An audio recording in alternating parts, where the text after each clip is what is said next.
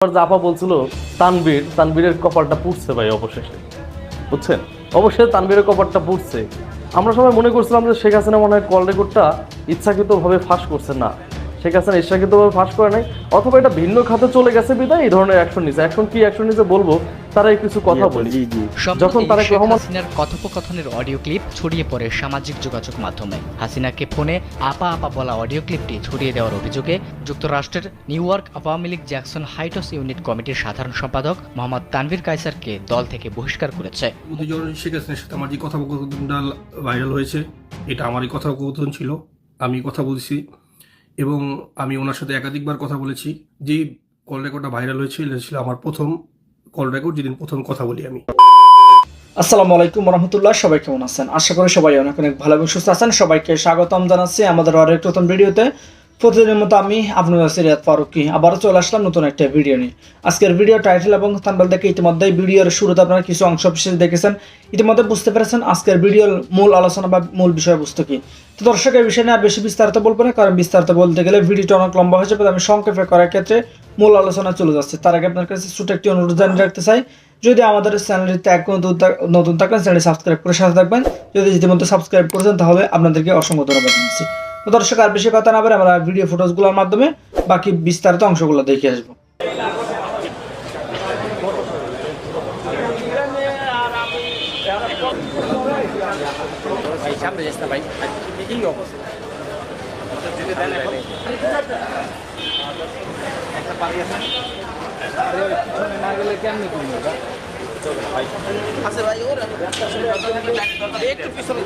গত 2013 সালে ত্বকী হত্যাকাণ্ডের শিকার হয় এবং এটা দীর্ঘদিন যাবৎ মামলার তদন্তভার র্যাবের কাছে রয়েছে। আমরা এটা তদন্ত করছি এবং তদন্তের শুরুতে যেমন বেশ কিছুটা অগ্রগতি ছিল, মাঝখানে কিছুদিন স্থবির হয়ে থাকার পরে এটা আমরা পুনরায় তদন্তে গতি পেয়েছে।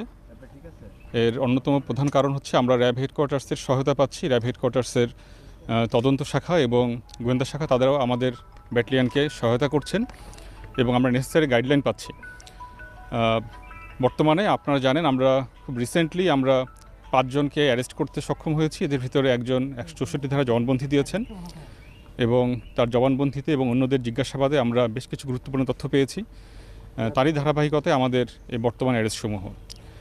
আজকে আমরা এসেছি এখানে ত্বকীরকে যে কিডন্যাপ করা হয়, তাকে যেখানে হত্যা করা হয় এবং যেখানে লাশ ফেলা হয়, যেখানে লাশ পাওয়া যায়, প্রতিটা জায়গায় আমরা ভিজিট করছি এই তদন্তের স্বার্থেই।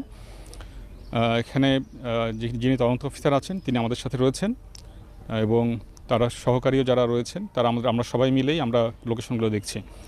প্রধানমন্ত্রী শেখ হাসিনার সাথে আমার যে কথোপকথনটা ভাইরাল হয়েছে, এটা আমারই কথোপকথন ছিল, আমি কথা বলছি এবং আমি ওনার সাথে একাধিকবার কথা বলেছি। যে কল রেকর্ডটা ভাইরাল হয়েছিল এটা ছিল আমার প্রথম কল রেকর্ড, যেদিন প্রথম কথা বলি আমি। আওয়ামী লীগ কর্মী হিসাবে, একজন বঙ্গবন্ধুর সৈনিক হিসাবে আমার শেখ হাসিনার প্রতি একটা ভালোবাসা, মমত্ব, আবেগ কাজ করবে। সেই আবেগের জায়গা থেকে আমি প্রধানমন্ত্রীর সাথে কল রেকর্ডটা রেকর্ড করি এবং আমার খুব কাছের কোনো কিছু মানুষ আছে, খুব কাছের, তাদেরকে আমি দেই বাংলাদেশেই। তাদের পক্ষ থেকে কেউ হয়তো এটা লিক করে কোনো মিডিয়ার হাতে দিয়ে দেয়, পরবর্তীতে মিডিয়াটাকে হাইলাইটস করে বিশাল একটা নিউজে পরিণত করে। প্রথম কথা হচ্ছে আমি বুকে হাত দিয়ে বলতে পারি আমি কোনো মিডিয়াকে এই নিউজটি দেইনি। আমার দ্বারা কোনো সোশ্যাল মিডিয়ার হোক, প্রিন্ট মিডিয়া হোক বা টেলিভিশন মিডিয়া হোক, কোনো মিডিয়াতে আমি আমার এই রেকর্ড প্রোভাইড করিনি, দেইনি। আমার যে বিশ্বস্ত মানুষ কিছু আছে, 2-3 জন হতে পারে, 3-4 জন হতে পারে, তাদেরকে আমি দিয়েছি, তাদের কাছ থেকে এটা বেয়াত হয়েছে। এটার জন্য আমি দুঃখিত। আমি আবারও বলবো, আমি আমার জায়গা থেকে রেকর্ডটা করার কারণ ছিল আমার আবেগের জায়গা, ভালোবাসার জায়গা, যেমন শিখেছেন হাসিনা আমার আস্থার জায়গা। এই জন্য এবার আসি আপা আপা প্রসঙ্গে। আপনারা অনেকে নেগেটিভভাবে নিছেন, অনেক বাংলাদেশে ট্রোল হয়েছে যে আমাকে নিয়ে যে আমি আপা আপা বলতেছি বারবার। প্রথম কথা হচ্ছে যতবার আপা আপা আপনাদেরকে শোনানো হয়েছে আমি এতবার আপা আপা বলিনি। আর যদি বলেও থাকি এতে আসলে কার গাত্র দেওয়া হয় আমি জানি না, এটা কার কি বিষয়। আমি ওনাকে সম্মান করি, ওনাকে আমি হাজারবার আপা বলবই, এটা আমার আসবেই। আমার জায়গায় আপনারা থাকলে হয়তো বলতেন, হয়তো আপনারা কথা বললে তাই বলতেন। এখন শেখ হাসিনা তো জনজি শেখ হাসিনা 18 কোটি মানুষের, উনি আমার কেনা সম্পত্তি না। যে কেউ ওনাকে ফোন দিতে পারে, আমি ফোন দিছি, আরেকজন ফোন দিতে পারে, যে কেউ তাকে ফোন দিতে পারে। উনি যার সাথে কথা বলবেন, উনি যা ভালো মনে করেন উনি কথা বলতেই পারেন। আমি ওনার সাথে কথা বলার কারণে না অনেকের ধরেন গাত্রদাহ হয়েছে, অনেকে সহ্য হয়নি যে তানবীর কি হয়ে গেছে, এলাকা মানে সাগর নামে চিনে আমাকে, যারা কামাইচল মানে সাগর নামে চিনেন, কিন্তু আমার আইডি বা পাসপোর্ট বা আমার সার্টিফিকেটের নাম তানবীর, তানবীর কায়সার। তো অনেকে ভাবছে তানবীর কি হয়ে গেছে এত গুরুত্বপূর্ণ যে প্রধানমন্ত্রীর সাথে কথা বলতে হবে। ভাই আমি এখন দলের দুঃসময়, আমি যদি মাননীয় প্রধানমন্ত্রীর সাথে কথা বলার কোনো সুযোগ পাই, সেটা যেই ওয়েতেই হোক, আমি কেন কথা বলবো না? হয়, আমি কেন বলবো না? ওনার সাথে কথা বলা কি অন্যায়? উনি কি কারো ব্যক্তিগত সম্পত্তি? উনি 18 কোটি মানুষের। আমি কথা বলছি, এই জন্য অনেকের হিংসা হয়েছে, অনেকের কাছে ভালো লাগেনি, কারো কাছে ভালো লাগছে। যারা আমার শুভাকাঙ্ক্ষী তারা আমাকে সাপোর্ট দিয়েছে, ইট ওয়াজ গুড। আর আবারও বললাম, এটা আমি ইচ্ছা করে ভাইরাল করিনি, সামও হয়েছে। ওনাকে আমি বারবার আপা বলবো, হাজারবার আপা বলবো, লাখ লাখবার আপা বলবো, কার কি আসে যায়, আই ডোন্ট কেয়ার, এটা আমার কোনো বিষয় না। আমার এটা মাথা ব্যথার বিষয় না। আপনারা ট্রোল করেন, মিমিক্রি করেন, whatever you can do, whatever you like, I have no problem for that. স্পষ্ট কথা।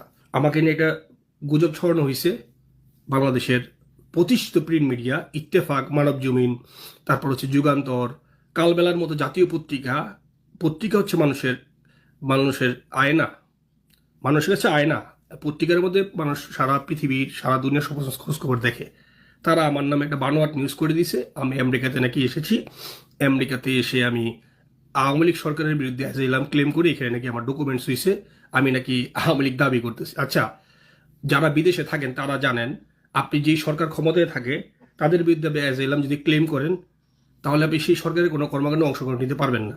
আমি আমেরিকা আসার পর থেকে আওয়ামী লীগের এমন কোনো প্রোগ্রাম নাই যেখানে আমি যাই নাই, এমন কোনো প্রোগ্রাম নাই। আমি যদি আওয়ামী লীগের বিরুদ্ধে অ্যাসাইলাম ক্লেম করি, দিস ইজ আমেরিকা, এখানে প্রতিটা জিনিস কাউন্ট হয়।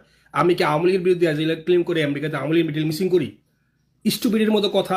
আমার ডকুমেন্টের সাথে আমেরিকার আমার কাগজপত্র পাওয়ার ক্ষেত্রে আওয়ামী লীগের সাথে ন্যূনতম কোনো সম্পর্ক নাই, ন্যূনতম কোনো সম্পর্ক নাই। ঠিক আছে? যারা এটা বানাইছেন কোনো উদ্দেশ্য প্রণীত হয়ে করছেন বা কোনো হিংসা থেকে করছেন, আমি তাদের জন্য আসলে মানে তাদের প্রতি ঘৃণা প্রকাশ করতাম, কিন্তু আমি ঘৃণা প্রকাশ করবো না। কারণ মানুষ যখন সমস্যায় পড়ে, চারদিক থেকে সমস্যায় তাকে ঘিরে ধরে। এখন হয়তো আমার যারা আমাকে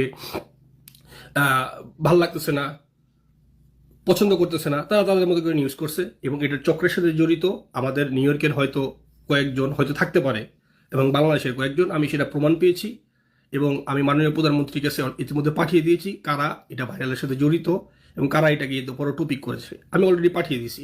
আমি জননেত্রী শেখ হাসিনা রাজনীতি করব, কোন নেতা কি মনে করে এটা আমার বিবেচনার বিষয় না। আপা যে নির্দেশ দিবেন আমি সেই নির্দেশ মোতাবেক কাজ করব। দলের সাথে আমার কাগজপত্রের কোনো সম্পর্ক নাই। আমাকে জড়ায়া যে মিথ্যা কথা বলা হয়েছে, যে মিথ্যা নিউজ করা হয়েছে জাতীয় পত্রিকাগুলোতে, যে আমি অ্যাসাইলাম ক্লেম করছি আওয়ামী লীগের বিরুদ্ধে, আমি তীব্র নিন্দা জানাই, প্রতিবাদ জানাই, ধিক্কার জানাই। তাদের সুবুদ্ধির উদয় হোক, তারা সুষ্ঠু সাংবাদিক চর্চা তারা করুক। সেশন তৈরি করে তারপরে তো সে ক্ষমতায় গেল। জি আপা, জি। সম্প্রতি শেখ হাসিনার কথোপকথনের অডিও ক্লিপ ছড়িয়ে পড়ে সামাজিক যোগাযোগ মাধ্যমে। হাসিনাকে ফোনে আপা আপা বলা অডিও ক্লিপটি ছড়িয়ে দেওয়ার অভিযোগে যুক্তরাষ্ট্রের new York Awami League Jackson Heights unit কমিটির সাধারণ সম্পাদক মোহাম্মদ তানভীর কায়সারকে দল থেকে বহিষ্কার করেছে। মঙ্গলবার নিউ ইয়র্ক মহানগর আওয়ামী লীগের সভাপতি রফিকুর রহমানের একটি লিখিত আদেশে বহিষ্কারের বিষয়টি জানানো হয়েছে। রফিকুর রহমান বলেন, গেল 12 সেপ্টেম্বর সাবেক প্রধানমন্ত্রী শেখ হাসিনার সঙ্গে ফোন আলাপের পর তানভীর কায়সার সেই অডিও ক্লিপ সামাজিক যোগাযোগ মাধ্যমে ছড়িয়ে দিয়ে দলের সভাপতি ও শেখ হাসিনাকে হেয় করেছেন। দলীয় কর্মী হয়ে এমন অপরাধমূলক কর্মকাণ্ডে জড়িত ব্যক্তির দলে থাকার কোনো অধিকার নেই।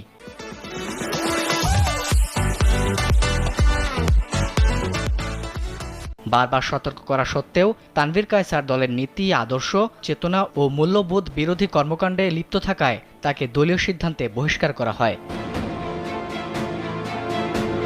তানভীর আওয়ামী লীগের কোন দায়িত্বে আছেন, কোন সূত্রে শেখ হাসিনার সঙ্গে সরাসরি যোগাযোগ করেছেন সেটি জানা যায়নি। ফোনালাপে তিনি যুক্তরাষ্ট্র আওয়ামী লীগের বেশ কয়েকজন নেতার নাম উল্লেখ করেন। তিনি বলেন, ওই নেতাদের সঙ্গে তিনি আন্দোলন করবেন।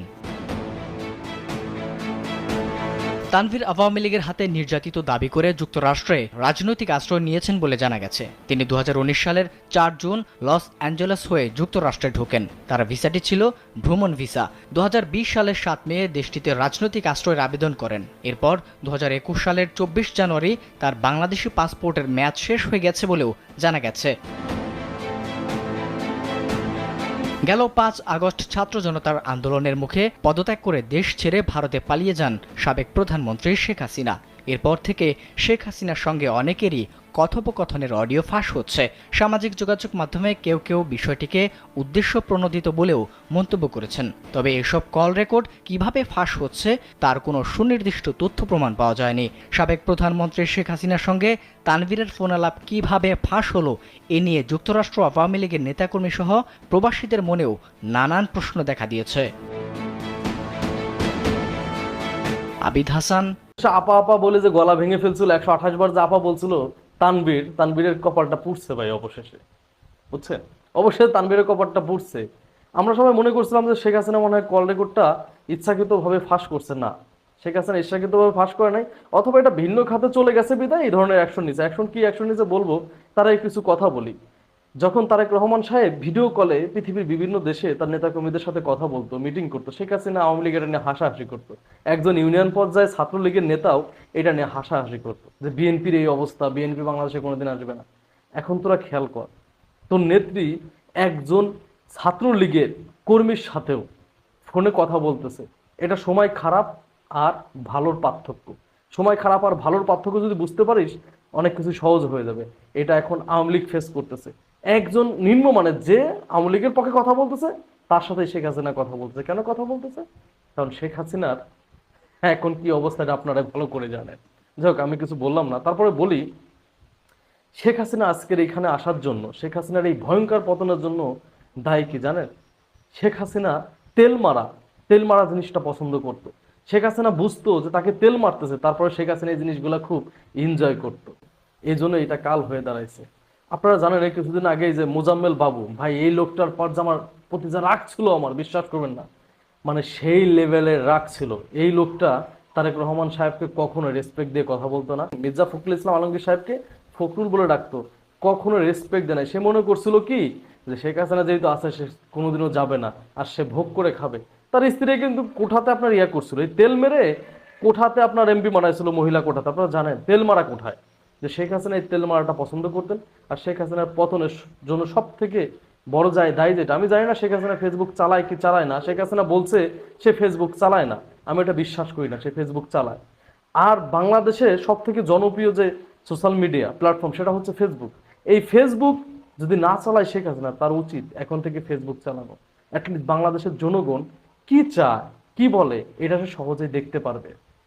বুঝতে পারছেন? সে যদি ফেসবুক নাই দেখে, তাহলে তার কাছে যখন মানুষ তেল মারছে, এটা তো বোঝে নাই কোথায় কি হইতেছে।